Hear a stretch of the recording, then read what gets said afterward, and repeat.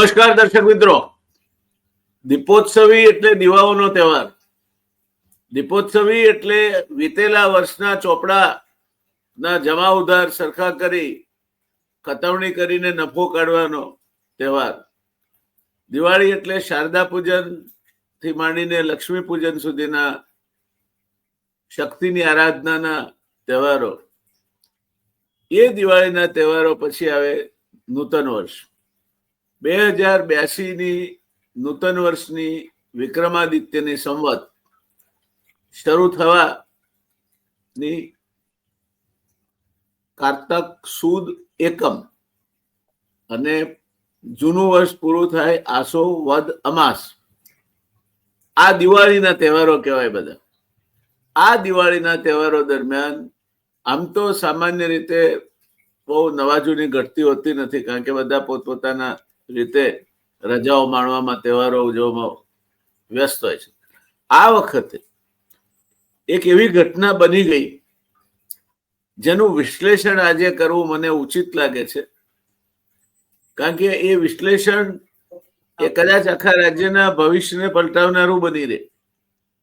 અને એ વિશ્લેષણ કરવા માટે આ ઘટના જે ભૂમિમાં ઘટી, એ ભૂમિથી તદ્દન હાથ વેતમાં બેઠેલા અને જેમની બાજ નજર હંમેશા આ પ્રકારના બનાવો ઉપર રહેતી હોય છે, એવા હેડલાઇનના તંત્રી અને જાણીતા વિશ્લેષક, સ્પષ્ટ અભિપ્રાય ધરાવતા જગદીશભાઈ મહેતા સાહેબને આપણે નૂતન વર્ષના અભિનંદન સાથે આવકારીએ છીએ.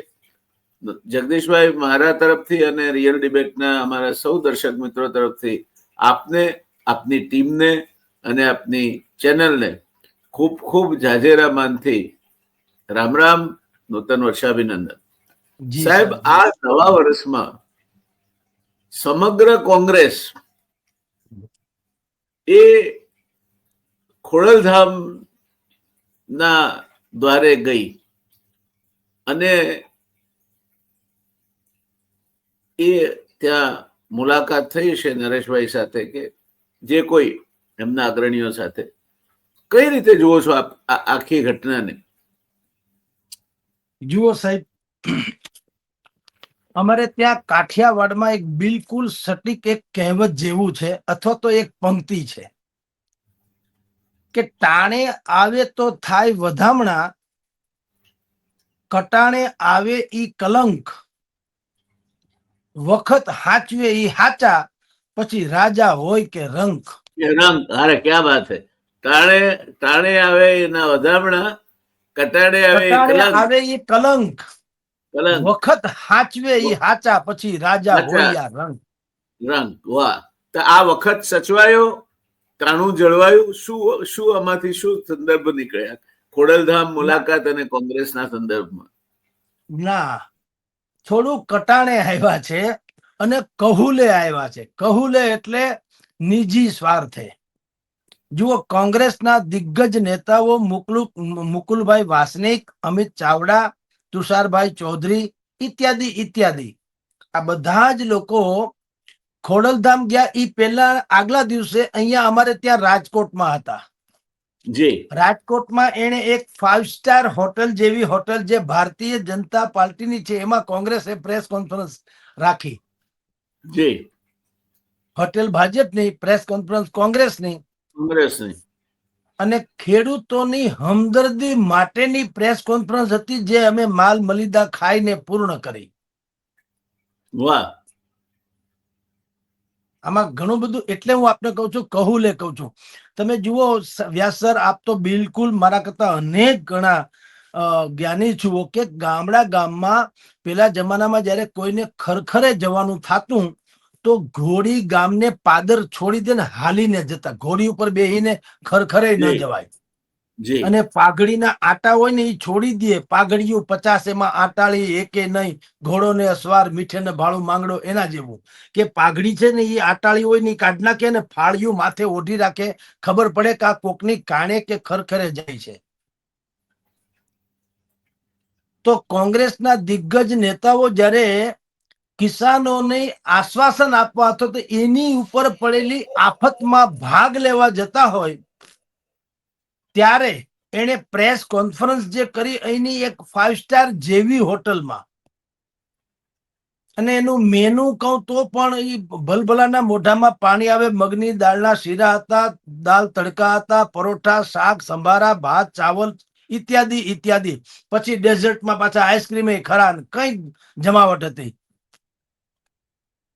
હવે આ યુગમાં કોઈ એમ ન કે ભાઈ આવું ખાવું પીવું હવે કોમન થઈ ગયું, પણ હું એમ કહું છું કે તમારે જ્યારે આશ્વાસન આપવા નીકળવું હતું તો બુદ્ધિપૂર્વક તમે આ જ પ્રેસ કોન્ફરન્સ રાષ્ટ્રીય શાળામાં રાખી હોત. ધારો કે જે રાજકોટમાં છે મહાત્મા જી ગાંધીજીની, બિલકુલ મહાત્મા ગાંધીજીનું પ્રસાદીનું સ્થળ કહેવાય, જી અને કાંઈ જરૂરી નથી જમાડવા બમડવાની પત્રકારોને. કારણ એવું છે કે તમે આવ્યા છો ખરખરા જેવા કામે. ખેડૂતોના ખેતરે ખેતરે ખરખરા થઈ રહ્યા છે.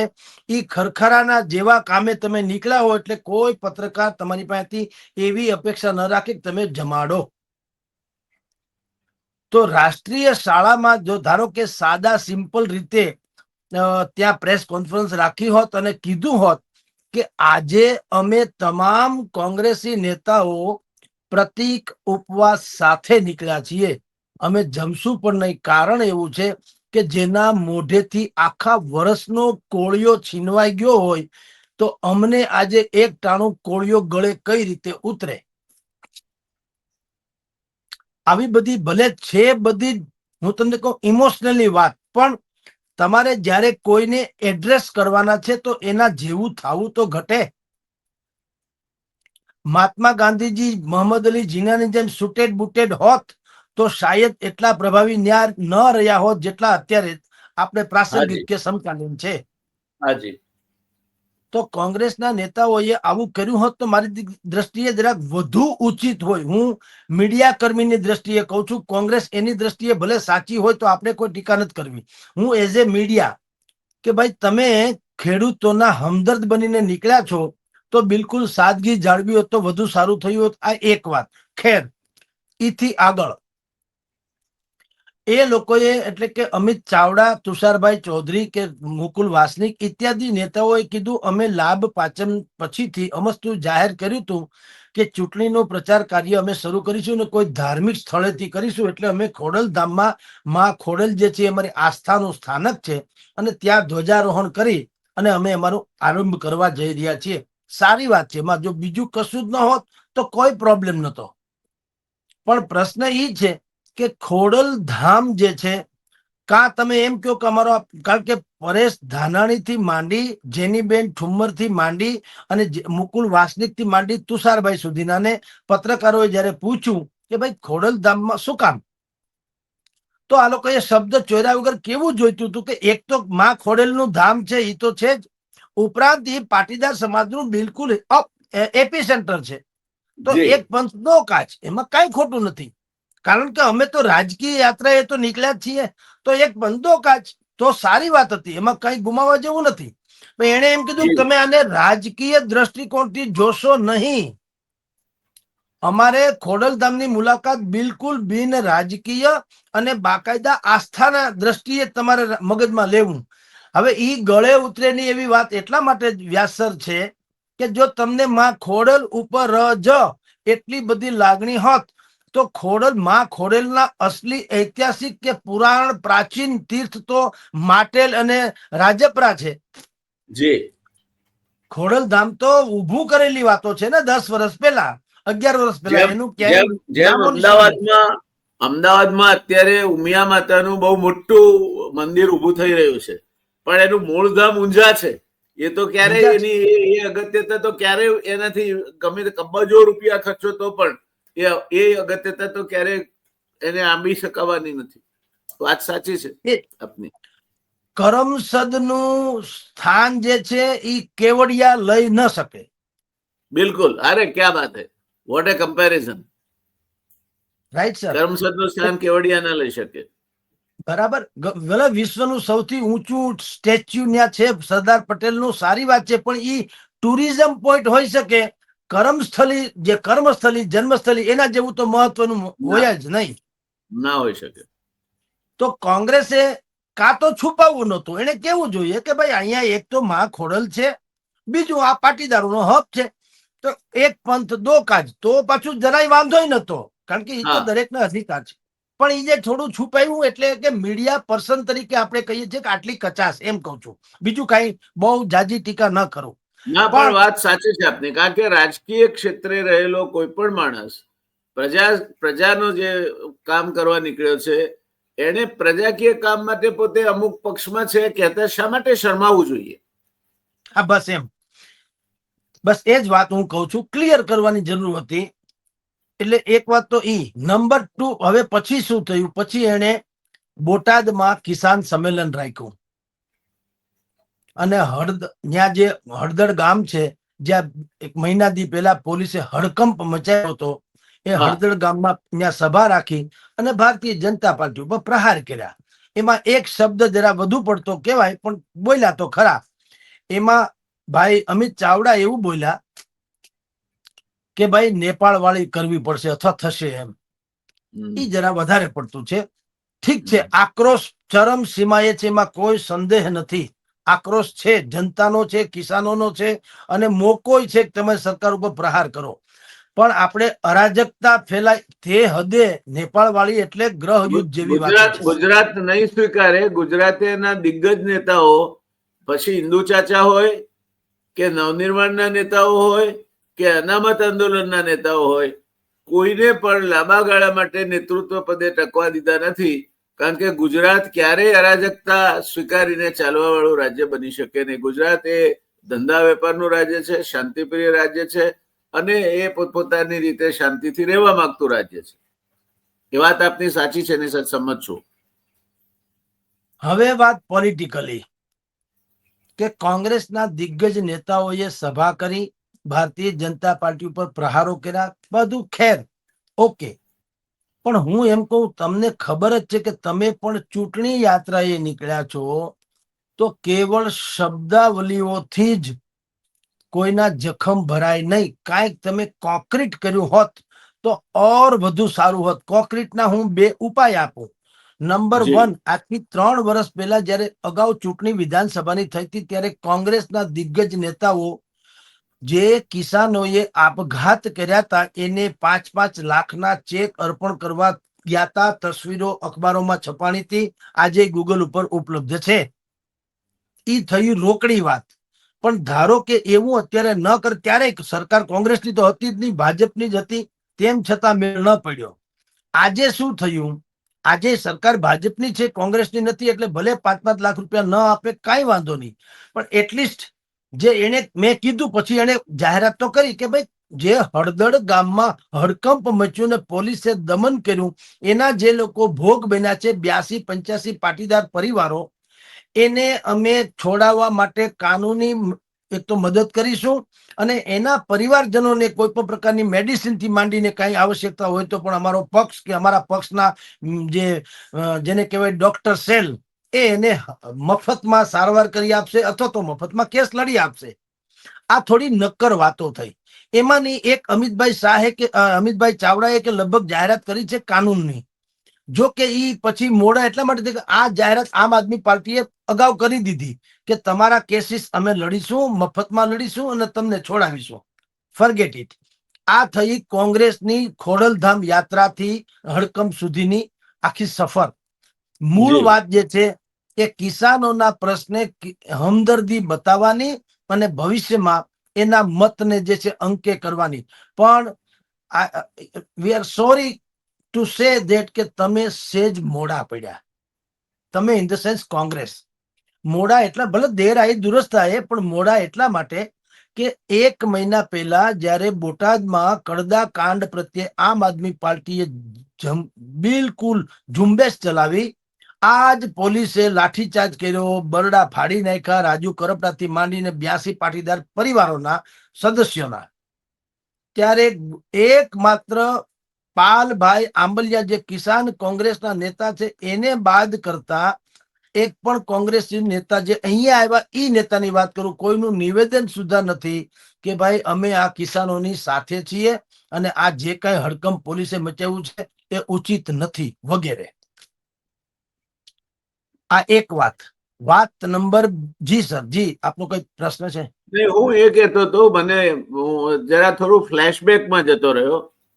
સર પ્રભાશંકર પટની સાહેબ પાસે એક ખેડૂત રાવ લઈને આવ્યો હતો કે હું મારા વર્ષો નબળા ગયા એટલે રાજનું મહેસૂલ ભરી શક્યો નહોતો અને વેપારીનું દેવું હતું. આ વર્ષ સારું ગયું એટલે વેપારીના દેવા પર વ્યાજ ચડતું હતું એટલે મેં ભરી આપ્યું. રાજ્યનું દેવું હું હપ્તે હપ્તેથી ભરી આપી છે એવું મેં બાંહેધરી આપી છે. છતાં પોલીસ જમાદાર મારી જપ્તી લઈને આવ્યા છે અને અમને બહાર કાઢી મૂક્યા છે. અને એને ગજવામાંથી પછી બંગડીઓ કાઢી અને પટની સાહેબના હાથમાં મૂકી કે તમે જો એમ કહેવાના તું અરજી આપને જોવરાવીશું તો મેં તો તમારા વિશે ઘણું સાંભળ્યું હતું, હું નિરાશ થયો છું. અને પટની સાહેબને તાવ હતો, એમણે પોતાનો ડ્રેસ બદલ્યો અને એક અંગ્રેજ ઓફિસર રેવન્યુ અધિકારી તરીકે ભાવનગર રાજ્યમાં હતા, ઓફ કરીને એની ઓફિસમાં ગયા અને પેલાનો હુકમ કરાવ્યો એટલું નહીં, એને પોતાના ગામડે જવા અને આવતી વખતે જે ખર્ચો થયો તે પૈસા એના ગજવામાં મૂક્યા કે લે આ તારા આવવા જવાનો જે ખર્ચો થયો તે. સાહેબ આ વહીવટ કહેવાય અને આ રાજકીય સૂઝ કહેવાય. એટલે મને આ પ્રભાશંકર પટની સાહેબ યાદ આવી ગયા આપે જયારે આ મેન્શન કર્યું ને ત્યારે. બિલકુલ સરસ. one little action speaks more than 10,000 words. બિલકુલ સુંદર વાત આપે કરી, ક્યાંક મારે કેવા થશે. તો આવું બહેતરીન જેને કહેવાય સમન્વય, એક જાતનું કોમ્યુનિકેશન એવું જળવાઈ રહ્યું by heart, not by mind, by heart. જો જળવાઈ રહ્યું હોત, મહિના દિવસ પહેલા કોંગ્રેસે જાળવ્યું હોત તો સંભવ છે કે આજે વધુ અધિકાર પૂર્વક કિસાનોની સમક્ષ જઈ શક્યા હોત અને વધુ સારી રીતે એડ્રેસ કરી શક્યા હોત. આ ત્રણ પ્રકારની ક્ષતિને બાદ કરો તો કોંગ્રેસે એની શરૂઆત જે રાજકીય જિલ્લા તાલુકા પંચાયતની હમણાં સ્થાનિક સ્વરાજ્યની ચૂંટણી આવવાની છે એ ચૂંટણીમાં એને ખપ લાગત. પણ એને કર્યું છે શું? પાટીદારોને રીઝવવા માટે નીકળ્યા છે. મેઇન ફેક્ટર હવે આવે છે. કોંગ્રેસની ઈચ્છા છે કે પાટીદાર સમાજ જે છે એની થોડીક સહાનુભૂતિ જીતે, પરંતુ વ્યાસર એમાં પણ એક થોડુંક સ્પીડ બ્રેકિંગ છે. સ્પીડ બ્રેકર પાછું એ છે, આજથી 2-4 મહિના પહેલા રાહુલ ગાંધી જ્યારે ગુજરાતની મુલાકાતે આવ્યા હતા ત્યારે કોંગ્રેસના પાટીદાર નેતાઓ 42 જેટલા, એમાંથી 10-15 તો ધારાસભ્ય, 7 કે 8 તો ધારાસભ્ય હતા અને બાકીના બધા ધારાસભ્ય કક્ષાના હતા. આ 42 લોકોએ કાયદેસર પત્ર લખી અને મુકુલ વાસનિકજીને એવી અપીલ કરી હતી કે તમે અમને રાહુલ ગાંધીને મળવાનો કેવળ સમય લઈ આપો, બાકી બધું અમે ફોડી લેશું. આપની જાણ ખાતર એ પણ મુકુલ વાસનિકજીએ કરી ન દીધું. સમય તો લઈ ન આપ્યો, જવાબે ન આપ્યો. એટલે એનાથી એ બધું અખબારોમાં છપાયેલું છે, એના રૂસણા મનામણા બધું થઈ ગયું છે. તો જે પાટીદારોની ત્યાં તમે માં ખોડલની ત્યાં ધ્વજારોહણ કરીને એમ માની લેવાના હો કે ખોડલ ધામમાં ધ્વજારોહણ કરીને પાટીદારોને રીઝવી શકીશું, એ કોઈ કાળે બને એટલા માટે નહીં, કારણ કે આ જખમ તાજા છે કે તમે અમને રાહુલ ગાંધીને મળવા પણ ન દીધા, મુલાકાતને સમય ઠીક, તમે અમને જવાબ સુધા નથી આપ્યો, એટલે તમે ટેકન ફોર ગ્રાન્ટેડ જેવા સમજ્યા અમને. હવે સમજ્યા એમ કે તમને હવે નોંધે ન લેવી, તો શું એનો મતલબ? આમ કોંગ્રેસે 4-5 ભૂલો જે ભૂતકાળમાં કરી છે, આ અત્યારે એની પ્રચાર યાત્રાની પ્રાયશ્ચિત યાત્રા જે છે ને એ છે. ખરેખર એને પ્રચાર યાત્રા કરવી હોય તો પેલા આ બધું સમૂહ સૂત્રું પાર પાડી લેવાની જરૂર હતી, જે કેટલીક ક્ષતિ ગણાય. પણ હવે ખેર પોલિટિક્સ છે તો શરૂ કર્યું છે, દેખતે હૈ આગે આગે હોતા હૈ ક્યા. જી સર. સાહેબ, આપ એક સિદ્ધહસ્ત પત્રકાર છો અને રાજકોટ એ ઘટનાઓનું કેન્દ્ર સ્થાન છે. આ વખતે ભારતીય જનતા પાર્ટીએ રાજકોટમાંથી કોઈ પ્રતિનિધિત્વ આપ્યું નથી મંત્રીમંડળમાં. પહેલી વાર એવું બન્યું છે કે જ્યારે રાજકોટને અવગણાયું હોય. તેવે સમયે આ પરિસ્થિતિ અને આવનાર સમયની સૌરાષ્ટ્રની રાજનીતિની ગતિવિધિઓ, કારણ કે વિસાવદરની પણ વાત કરીએ આપણે તો વિસાવદરમાં પણ બહુ હરખાવા જેવું નથી, કારણ કે વિસાવદરમાં 1% થી થોડા વધારે મત માત્ર ભાજપે ખોયા છે અગાઉની ચૂંટણીની સરખામણીમાં, જ્યારે લગભગ 7.5% મત કોંગ્રેસના માઇગ્રેટ થઈને આમ આદમી પાર્ટીને મળ્યા છે. એટલે કોંગ્રેસ અને આમ આદમી પાર્ટી બે સામસામા ભટકાશે, સરવાળે ભારતીય જનતા પાર્ટીને ફાયદો થશે એવું વિસાવદર કડીના સમીકરણો જોઈએ, એનું મતદાનની પેટર્ન જોઈએ તો એના પરથી દેખાય છે. એટલે આમ આદમી પાર્ટી એ વિરોધ પક્ષ નથી. આમ આદમી પાર્ટી ભારતીય જનતા પાર્ટીના જ મદદમાં આવેલી પાર્ટી છે.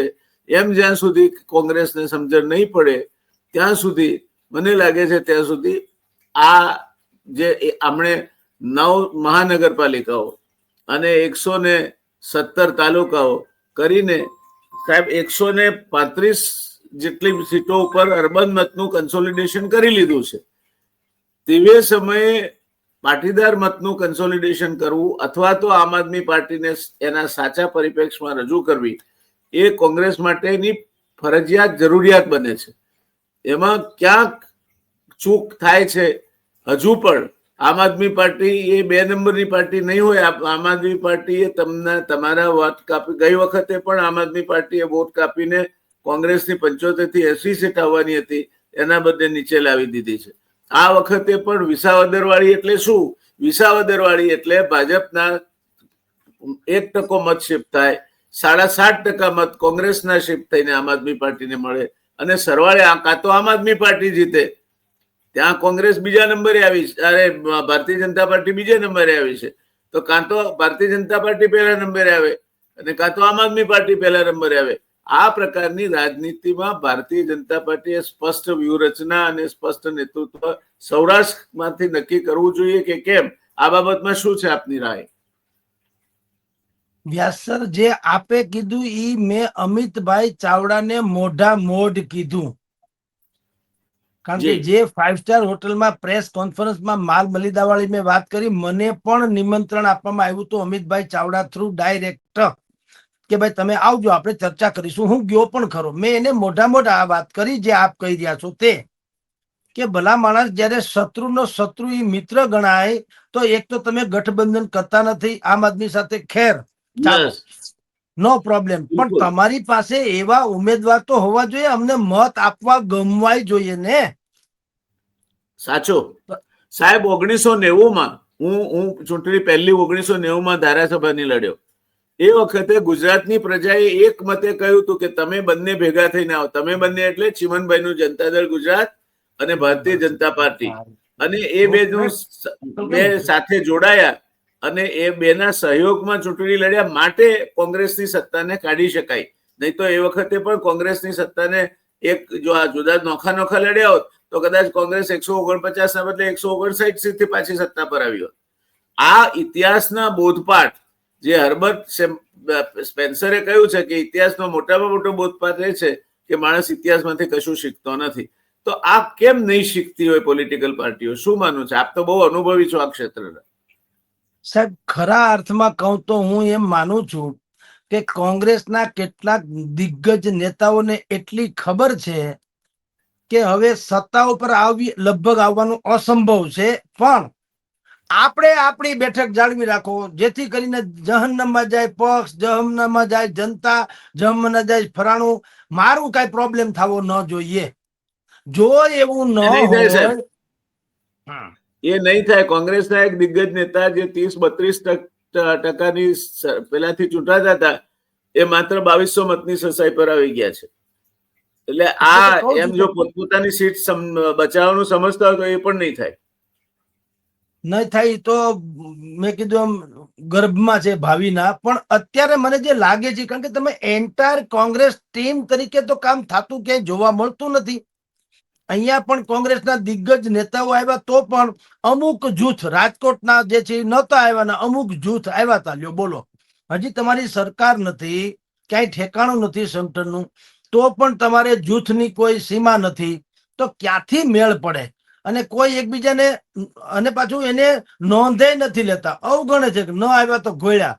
હવે જયારે તમારા ઘરમાં જ કુસંપ હોય ત્યારે તમે શત્રુને તમે એવો ઠપકો ન આપી શકો કે તમે શું કામ અમારામાં ઉપર સવાર થઈ જાઓ.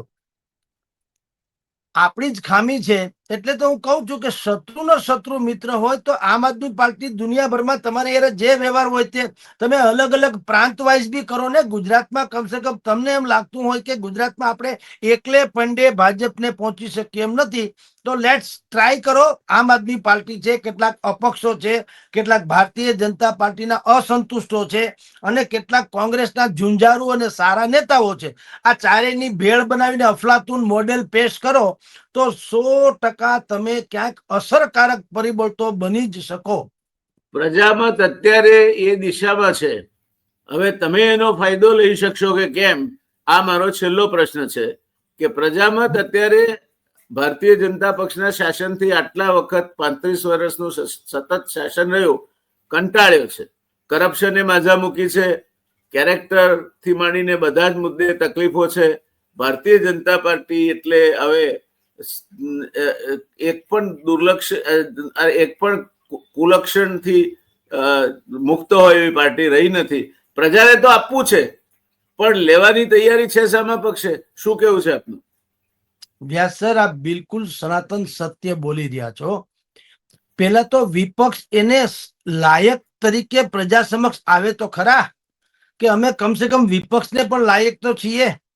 દર વખત લોકસભાની ચૂંટણી હોય ત્યારે આપણે જોઈએ છે મંચ ઉપર બધી જ વિપક્ષી પાર્ટીઓ એકબીજાના ખભા ઉપર ખભા, હાથ ઉપર હાથ રાખી અને રીતસર એક ફોટો સેશન કરાવે છે. આપણને લાગે કે બધો ઝુમખું આખું એક થઈ ગયું, પણ અંતે કેવું થાય છે? બેઠે થે સબ જબ તો સારે પરિંદે થે સાથ સાથ. बैठे थे जब तो सारे परिंदे थे साथ साथ, उड़ते ही साख से कई समतों में बट गए. ઉડે એટલે વળી પાછા હો ના ખેમામાં હવ થઈ જાય. તમે ખાલી મંચ ઉપર હોય ત્યારે જ એક હો, ક્યાંથી મેળ પડે? એટલે બટ ગયે નહીં મગર દરિંદો કે ઝપટ में भी आ गए. એ તો પછી એવું છે, સિંહ પણ જો વરુના વિસ્તારમાં હોય છે, 6 વરુ ભેગા થાય સિંહ નહીં ફાડી ખાય. આજે સાહેબ પરિમલ નથવાણી, મેં કે તમે જો ગીરમાં કોઈ સિંહની ફોટોગ્રાફી કરી હોય તો આપણા ઉપર કેસ થાય. પરિમલ નથવાણી એની વિડીયોગ્રાફી ખુલ્લી જીપમાં કરી અને એના વિડીયો વાયરલ કરી શકે, તો આ રાજ્યમાં કાયદો કે વ્યવસ્થા છે ખરા? આ તો સારું છે. ઉલટાનો ઈ સિંહ ઉપર પુરાતત્વ વિભાગની નજર નથી, નહીતર એમ કે એની ઉપર એક સિક્કો મારી દે કે જેની તસવીર પરિમલ નથવાણીએ ખેંચી હતી ઈ આ સિંહ છે, પુરાતત્વ વિભાગનો રિઝર્વ. ક્યાં બાત હે, ક્યાં બાત હે, ક્યાં બાત હે. એટલે ટૂંકમાં સાહેબ આમાં શરૂઆત થઈ છે. આપણે ઈચ્છીએ કે કોંગ્રેસ સફળ થાય, કારણ કે લોકશાહીમાં મજબૂત વિરોધ પક્ષ જોઈએ જ. એક મોટરકાર હોય એ ચાલુ ના થાય તો વધારેમાં વધારે આપણે ચૂકી જઈએ સમય, અથવા તો બીજી ગાડી બોલાવવી પડે. પણ એ 120 કિલોમીટરની ઝડપે ચાલતી હોય ત્યારે જો બ્રેક ફેલ થાય તો ગમખ્વાર ફેટલ એક્સિડન્ટ થાય, માણસો મરી જાય. આજે લોકશાહીની મોટરકારની બ્રેક ફેલ થઈ છે, અને બ્રેક એટલે વિરોધ પક્ષ છે, અને એ બ્રેક ફરી નહીં લાગે ત્યાં સુધી આ જે વાહન ચાલે છે અત્યારે ભારતીય જનતા પાર્ટીનું બેફામ રીતે ચાલે છે, જે રસ્તામાં આવે એને ઉડાડતું ચાલે છે, એ નબીરાઓને કોઈ પૂછવા વાળું નથી. એ પરિસ્થિતિ ગુજરાતની પ્રજાની કેટલી પેઢીઓએ હજુ સહન કરવાની, એ પ્રશ્ન ગુજરાતની પ્રજાએ પોતાને જ પૂછવો પડશે કોઈક દિવસ. મારા ને તમારા પાસેથી જવાબ નહીં મળે. Because in a democracy you get the government you deserve. તમે જેને લાયક છો એવી સરકારો તમને મળવાની છે. અને બાકીના રાજકીય પક્ષો તો બધા શાણા છે, એમણે પોતપોતાને લાગતું વળગતું હોય તે શીખવું જોઈએ. બિલકુલ સર, આપણે બધા આશા રાખીએ. અત્યારે આપને કહું, ગુજરાતના રાજકીય ઇતિહાસમાં ન ભૂતો ન ભવિષ્યથી એવી સિચ્યુએશન જનતા જનાર્દનમાં છે, એન્ટી એસ્ટાબ્લિશમેન્ટ જેને કહેવામાં ચરમ સીમાએ છે. એનો લાભ લેતા જો વિપક્ષોને આવડે કોઈ પણ ભોગે તો છે. હવે ઢીલ કે વાંક જેનો હશે એ પક્ષનો હશે, પ્રજાનો નહીં. જનતા એક નંબર તૈયાર છે. વિસાવદર એનો નમૂનો છે. અને અત્યારે પણ ગોપાલ ઇટાલિયાની સભા જે સુપર ડુપર હિટ જઈ રહી છે, નથી એની પાસે કોઈ બૂથ પ્રમુખ, નથી કોઈ પેજ પ્રમુખ, નથી કોઈ વોર્ડ પ્રમુખ, નથી કોઈ જિલ્લા પ્રભારી, તાલુકા પ્રભારી, કશું જ નથી. એમ નામ કોરે કોરા ખાલી ગોપાલનું નામ પડે છે અને ગોળના કુંડામાં માખિયું બણબણે એવી રીતે હજારોની જનતા ઉમટી પડે છે. ઈ એમ સૂચવે છે કે જનતાને ગોપાલ જેવા જે ઉમેદવારો જો કોંગ્રેસ પણ આપે અથવા તો બીજા કોઈ આપે તો થાય, તો એની ઉપર ફિદા થવા તૈયાર છે. પણ જો તમે ઈનો ઈ જ વાત નવી બોટલમાં જૂનો જ દારૂ પીરસવાના હો તો કોઈ ફરક પડશે નહીં. જી ધન્યવાદ સાહેબ, આપે સમય આપ્યો આટલા વ્યસ્તતામાં વચ્ચેથી પણ. Wish you once again very best for coming year. નમસ્કાર સર. અને મળતા રહીશું. નમસ્કાર સર.